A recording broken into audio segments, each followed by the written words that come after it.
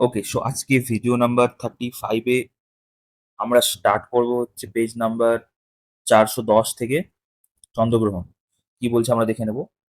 চ্যাপ্টারের নাম পরিবেশ ও আকাশ।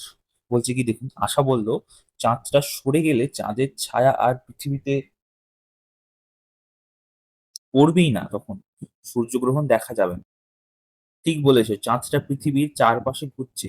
পৃথিবীকে 29 দিন 12 ঘন্টা ঘুরে আসে। মনে করো এভাবে ঘুরতে ঘুরতে চাঁদটা পৃথিবীর যেদিকে সূর্য তার উল্টো দিকে চলে গেল, তখন কি হবে? মানে এদিক দিয়ে সূর্য আছে, এখানে মাঝখানে পৃথিবী, তার উল্টো দিকে আছে চাঁদ। বলছে চাঁদের ছায়া পৃথিবীর উপরে পড়বে না। পৃথিবীর ছায়া চাঁদের উপরে পড়তে পারে কি? সবাই খুব ভাবতে লাগলো। একটু পরে আশা বলল পড়তে পারে, তখন চাঁদ দেখা যাবে না। বুঝেছি, তখন চন্দ্রগ্রহণ হবে। সাগিনা বলল পুরো চাঁদটা ঢাকা পড়লে পূর্ণগ্রাস চন্দ্রগ্রহণ, চাঁদের খানিকটা দেখা গেলে খণ্ডগ্রাস চন্দ্রগ্রহণ। তিতলি বলল দিদি আমি চন্দ্রগ্রহণ দেখেছি। সকলেই বোধহয় দেখেছো। কোন তিথিতে দেখেছো? সবাই ভাবতে লাগলো।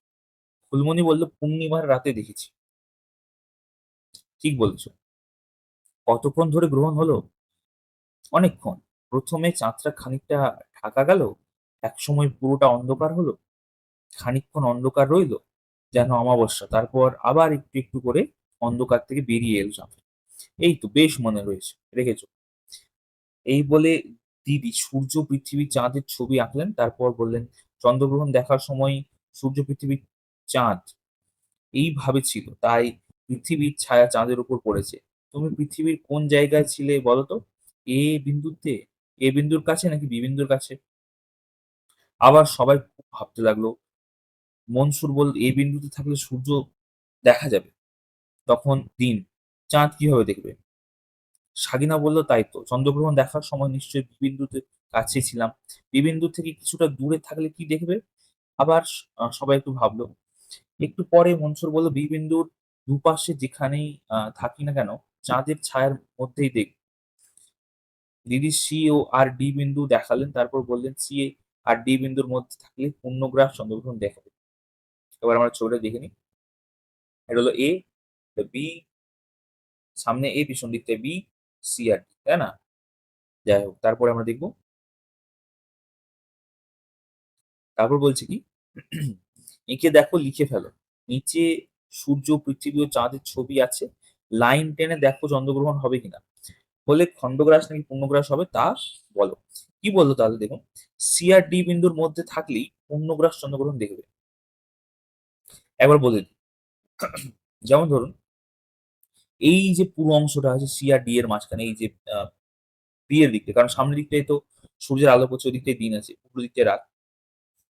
এবার ডি আর এদিকে সি, আর এখানে হচ্ছে বি, তিনটে পয়েন্ট যে আছে, এই এই এই যে অংশটা রয়েছে এই দিকটায় যে কোনো একটা জায়গায় থাকতে গেলে কেউই চাঁদটাকে দেখতে পাবে না, কারণ পৃথিবী যেহেতু চাঁদের থেকে সাইজে বড়, তো পুরোটাই তো ঢেকে দেবে, তাই না? তো পূর্ণগ্রাসটা দেখা যাবে আর কি।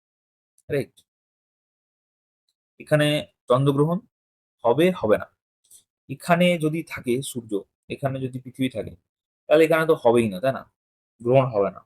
এখানে থাকলেও হবে না, রাইট। এখানেও তো হবে না, কারণ চাঁদটা অনেকটাই দূরে। দেখতে তো হবে না মনে হয়। এটা আপনারা কমেন্ট করে জানাবেন, ঠিক আছে? তারপর আমি নাই ডিসকাশন করে দেবো। পৃথিবী ও চাঁদের কক্ষপথ, এটা নিয়ে আমরা নেক্সট ভিডিওতে আলোচনা করব, ঠিক আছে? এটা জাস্ট ছোট্ট একটা চন্দ্রগ্রহণের উপরে রাখলাম। নেক্সট ভিডিওতে আমরা নেক্সট পেজ থেকে স্টার্ট করব। সকলকে অসংখ্য ধন্যবাদ। All the best.